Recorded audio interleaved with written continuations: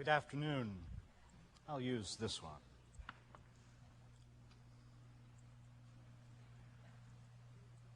Where are the teleprompters? How am I expected to do a political speech without a teleprompter? You mean I'm just supposed to stand here and say what I think and believe?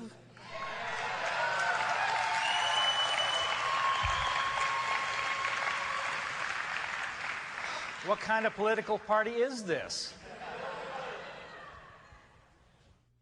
I want to tell you about a pair of epiphanies that I had in 1996. The first happened in March of 1996, when I was diagnosed with both AIDS and cancer. I tell you this early on because I want your sympathy throughout the rest of this speech. Later so the nausea that was treated, that was caused by these things, ended instantly with marijuana. With one puff of marijuana, well, and it is astonishing how well it works. And you have to understand how serious it is when you can't keep your medication down. It's not just that it's uncomfortable. If you can't keep that medication down, it's not going to save your life. And that is the important point. We're talking about life and death here when we're talking about treating AIDS and cancer. 20% of the people who are not taking the combination therapy, which is working so well for those who can tolerate it. I am one of them. But for those who cannot tolerate it, 20% stop because of nausea.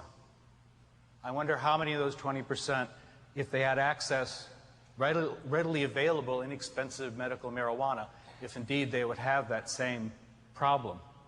Every day, people are denied cancer chemotherapy because the doctors stop, knowing that they will die of malnutrition if they go another day without eating. Nausea is an unsolved problem of medicine, and marijuana is the finest anti-nausea medication known to science.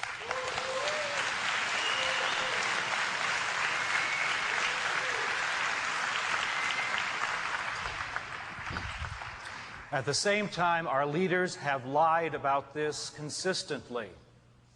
Our leaders whom we trust, whom we look up to, from the Democratic president to the who knows what he is, drug czar, to the Republican leaders in Congress in both the House and the Senate.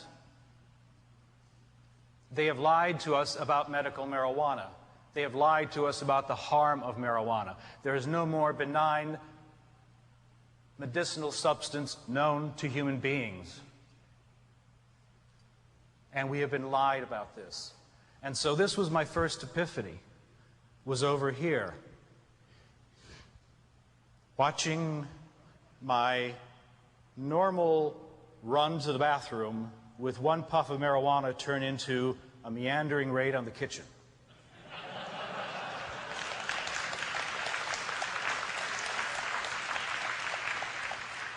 And so the one epiphany was over here, and I said, I am not going to rest until medical marijuana is available to every sick person who needs it in the United States.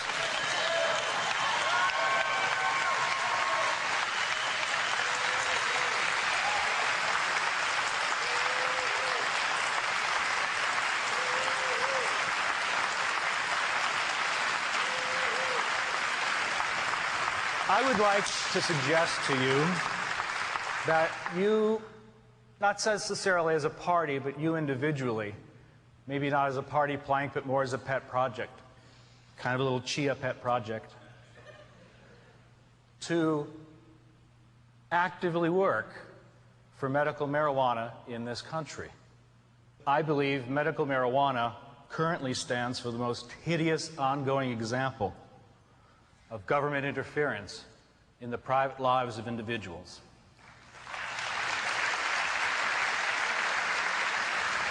This medical marijuana prohibition is an outrage within an outrage within an outrage. The first outrage, of course, is the war on drugs itself. Prohibition does not work, has not worked, cannot work, and anyone who says it can is either deeply delusional or is making money on the drug war.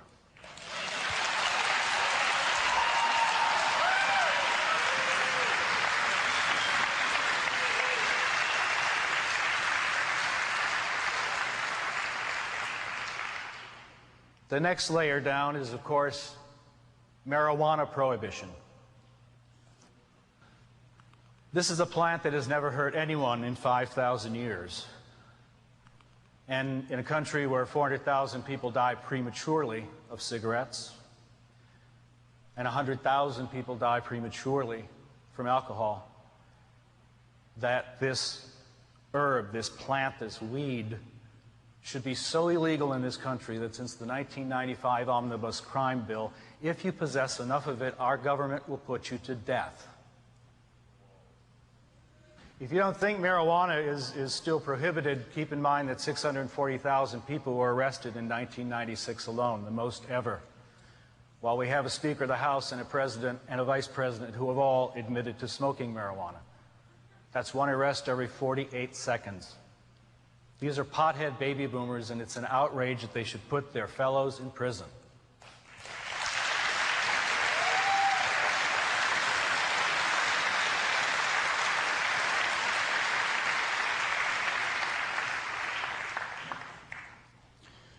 Finally, the outrage within the outrage within the outrage is medical marijuana.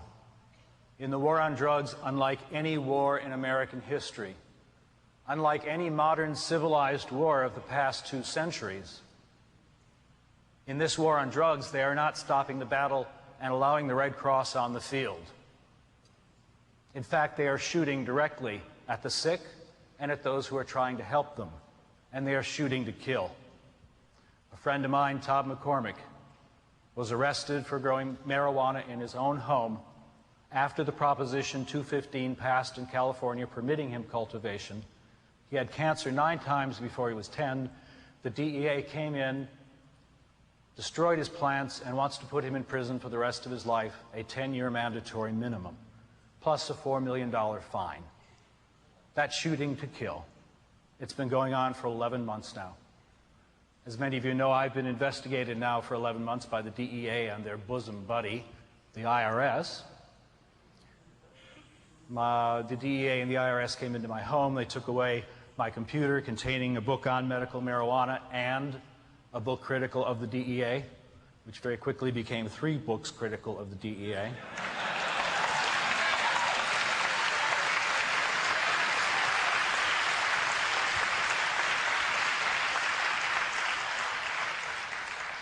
Don't tread on this faggot.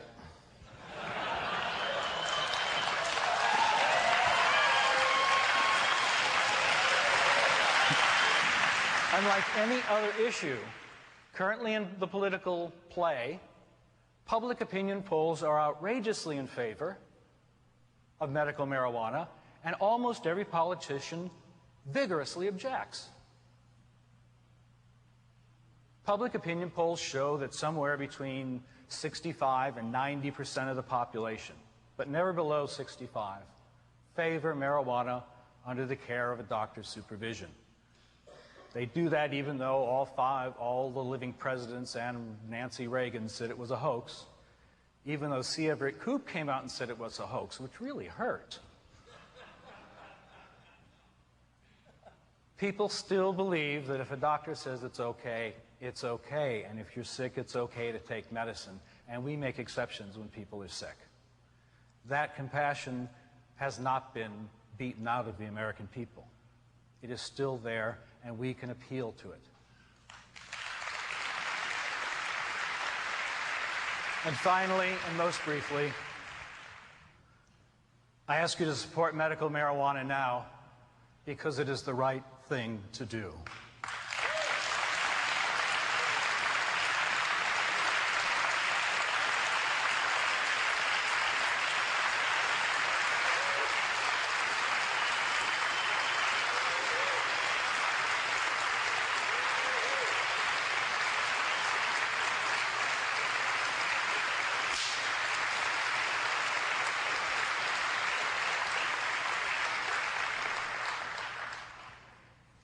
I'm tired of people thinking that libertarians don't have morality, that they don't have values. It's a lot of hogwash. Libertarians are the only politicians with values.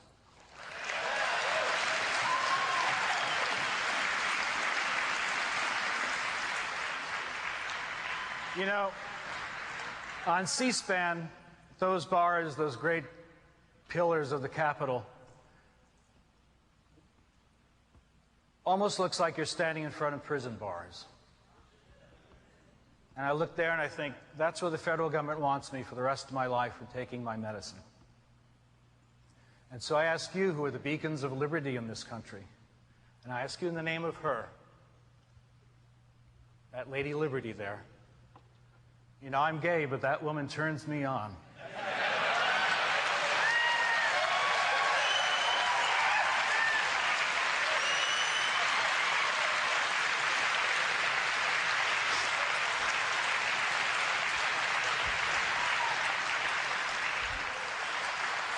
If you're gay, I'm a gay libertarian. I'm one of those laissez fairies.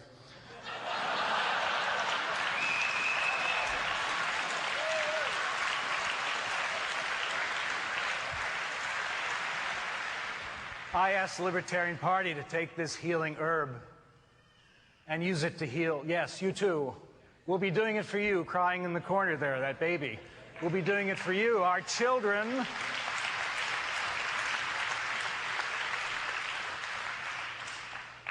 And I ask you to take that herb, that healing herb, and I ask you to heal the body politic with it.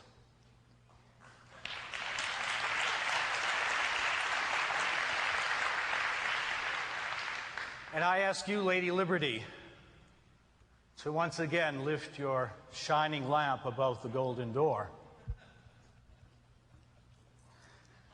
Hey, lady, got a light? Thank you.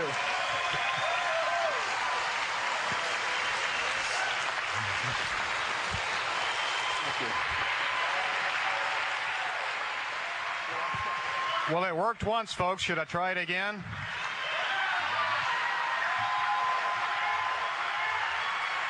Oh, my God.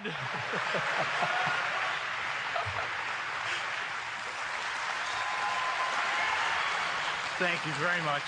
Peter, since I contacted you a couple of months ago, you've been just absolutely flooding my email box with all this wonderful information about not just all the information about the drug war, but how you're personally fighting it. And you've sent me so much stuff that even though I just met you just a little while ago, I've come to think of you as a friend already, and certainly come to think of you as a libertarian. And I'm hoping that on this July 4th, the anniversary of the signing of the Declaration of Independence,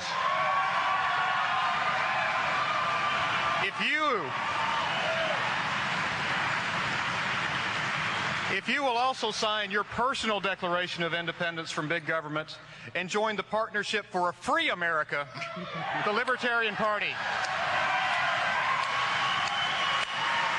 I accept.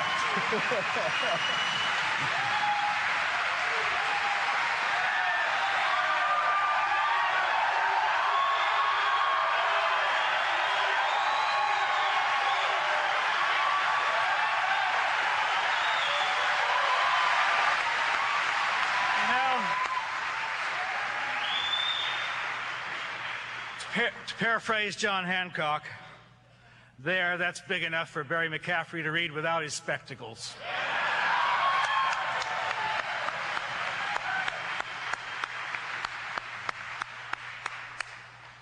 I'm going to pay for my membership with a $100 bill.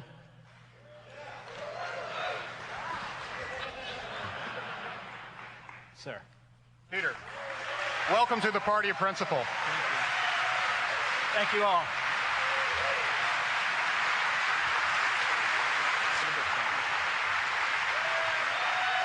Peter McWilliams.